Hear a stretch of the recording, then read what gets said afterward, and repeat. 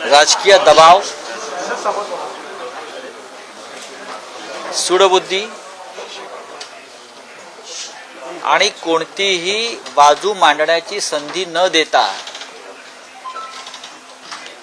सनसनाटी निर्माण करण्यासाठी आणि आम्ही तुम्हाला झुकवू शकतो, नमवू शकतो केंद्रीय तपास यंत्रणांच्या माध्यमातून हे राजकीय विरोधकांना दाखवण्यासाठी अशा प्रकारच्या कारवाया फक्त महाराष्ट्रातच नाहीत तर जेथे जेथे भारतीय जनता पक्षाची सत्ता नाही प्रत्येक राज्यामध्ये अशा प्रकारच्या कारवायांना ऊत आलेला आहे. पश्चिम बंगालमध्ये ममता बॅनर्जी यांचा भाचा म्हणजे जे खासदार आहेत अभिषेक बॅनर्जी, काल त्यांनाही दिल्लीत बोलवून 8 तास चौकशी केली. त्यांच्या पत्नीला सुद्धा अशा प्रकारची नोटीस आली आहे. निवडणूक हरलो आपण एखाद्या राज्यात म्हणून ज्यांनी पराभव केला आपली सत्ता गमावण्यासाठी, आपली सत्ता खेचून घेण्यासाठी, त्यांच्यावर केंद्रीय तपास यंत्रणांच्या माध्यमातून अशा प्रकारे दबाव आणणं ही राक्षसी हुकुमशाहीची नांदी आहे.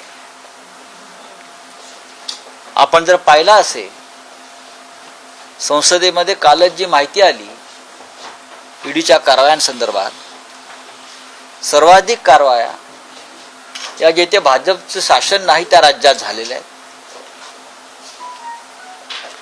युपीएच्या 11 वर्षाच्या काळामध्ये फार तर 22 किंवा 23 कारवाया झाल्यात आणि हे मोदींचं शासन आल्यापासून साधारण 2500च्या आसपास या कारवाया ईडीनं केल्या आहेत. त्यातल्या अनेक कारवाया त्या चुकीच्या पद्धतीनं झाल्या तर नंतर न्यायालयामध्ये स्पष्ट झालेलं आहे.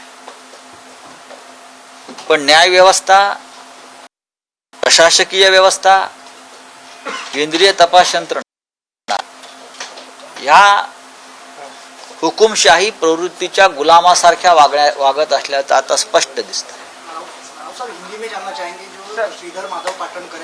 श्रीधर माधव पाटणकर ये हमारे परिवार के सदस्य हैं. सिर्फ उनका रिश्ता मुख्यमंत्री उद्धव ठाकरे जी या रश्मि ठाकरे जी उन तक सीमित नहीं है. मैं कहता हूं हमारे सभी के परिवार के वो सदस्य हैं. ईडी ने एक एक्शन ली है, उस बारे में मुझे अभी सूचना मिली है. इस प्रकार की एक्शन जहां शासन नहीं है या बीजेपी सत्ता से दूर हो गई है, ऐसे पश्चिम बंगाल, महाराष्ट्र, तमिलनाडु, झारखंड, छत्तीसगढ़ ऐसे राज्यों में इस प्रकार से केंद्रीय जांच एजेंसी जोरदार तरीके से कार्रवाई कर रही है. और बड़े राज्यों में कार्यालय बंद कर दिया है. जहां गुजरात हो, सबसे बड़ा बैंक घोटाला, बैंक फ्रॉड इतिहास का गुजरात में हुआ है. सीपीआर अब तक एक भी आरोपी को ना बुलाया है, ना अरेस्ट की है, ना उनकी संपत्ति कुर्क की है. लेकिन महाराष्ट्र में ये सब कुछ चल रहा है. ममता बनर्जी के भतीजे और सम्मानीय सांसद उनके पत्नी को भी इस प्रकार से प्रताड़ित किया जा रहा है. लेकिन ना बंगाल झुकेगा ना महाराष्ट्र टूटेगा. तो ये महाविकास आघाड़ी सरकार को महाविकास सरकार के आघाड़ी के सरकार के जो प्रमुख स्तंभ है उनको इस प्रकार से आप दबाव में लाकर अगर आप अब ये मानते हैं कि ये सरकार गिर जाएगी और यहाँ राष्ट्रपति शासन लगेगा तो आप नींद से जाग उठे, ऐसा कुछ नहीं होगा. हम लड़ेंगे. हम आपका जो अन्याय, आपकी जो राजनीतिक जो वेनेटा है, पॉलिटिकल बदले की भावना जो आपकी है वो हम लोगों के सामने लाते रहेंगे। मुझे नहीं लगता कि हम न्यायालय से न्याय की उम्मीद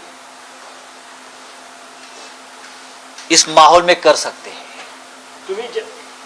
लेकिन सबसे बड़ा न्यायालय जनता का न्यायालय होता है। महाराष्ट्र की जनता ठाकरे परिवार से परिचित है, हम सबसे परिचित है। कभी ना कभी इस एक्शन का, इस राजनीतिक बदली की भावना से जो कार्रवाई हो रही है उसका जवाब सभी को देना पडेगा, उसकी किंमत चुकानी पडेल। तुम्ही 2017चं प्रकरण आहे, एक तर आता का बाहेर आला, आणि दुसरं तुम्ही म्हणाले की नैसर्गिक न्यायाच्या तत्वाप्रमाणे त्यांना त्यांचं म्हणणं मांडण्याची संधी देण्यात आली नाही, तर कोर्टामध्ये न्यायालयामध्ये ते जातील का? मी म्हटलं की या परिस्थितीमध्ये न्यायालय सुद्धा दबावाखाली आहे। ये ऐसा पहले कभी नहीं हुआ था। ये तानाशाही की खतरनाक शुरुआत है। 4 राज्यों में अगर आप जीत गए हैं उसका मतलब ये नहीं कि आप सब लोग देश के मालिक बन गए। अगर आपको हमें जेल में डालना है तो आप तैयारी कर लीजिए। हम सभी लोग जेल में जाने के लिए भी तैयार है, लेकिन इस देश की स्वतंत्रता, इस देश का लोकतंत्र, डेमोक्रेसी,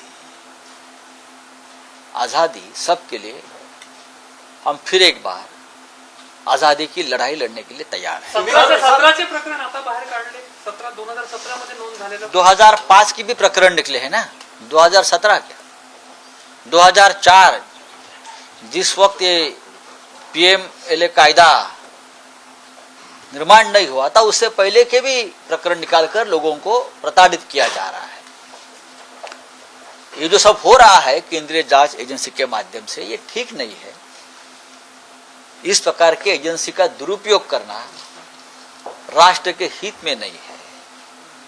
ये जो एक नई फाइल बन रही है तानाशाही की, देश के इतिहास में, और आने वाली पीढ़ियां आपको सवाल और जवाब जरूर पूछेगी। सर, नितेश राणेंनी म्हटलं आहे, मागणी केलेली आहे की मुख्यमंत्र्यांनी नैतिकतेच्या आधारावर राजीनामा द्यावा। ठीक आहे, नैतिकतेच्या व्याख्या शोधाव्या लागतील।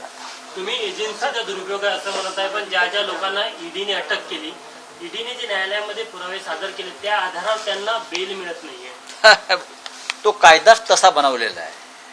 ईडीचे पुरावे किंवा केंद्रीय तपास यंत्रणांचे पुरावे काय आहेत हे आपण पाहिलं असेल। आतापर्यंत फक्त 3000 लोकांपैकी फक्त 20 लोकांनाच न्यायालय शिक्षा ठोठावू शकले। बाकी सगळ्या केसेस असं अधांतरी लटकल्या। राजकीय सुडाच्या कारवाया या अशाच असतात। पुरावे खोटे उभे केले जातात, आरोपपत्र खोटी तयार केली जातात, खोटे साक्षीदार धमक्या देऊन निर्माण केले जातात, खोटे आकडे लोकांसमोर आणले जातात आणि एक भ्रम निर्माण केला जातो। असा भ्रम महाराष्ट्राच्या बाबतीत सुरू आहे।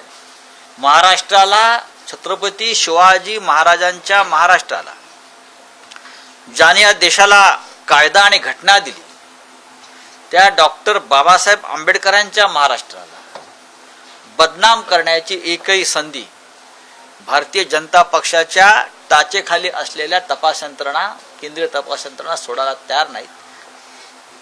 पण मी केंद्रीय तपास यंत्रणांना दोष देणार नाही, मला त्यांची दया येते।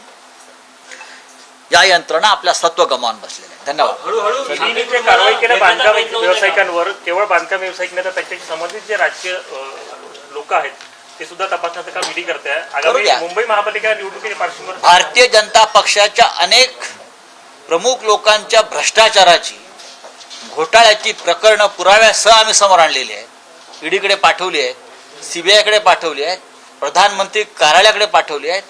देश हादरून जाईल अशी प्रकरणं असताना सुद्धा मला आश्चर्य वाटतंय की तुम्ही फक्त आमच्याकडे बंदुका रोखलेल्या आहेत। धन्यवाद।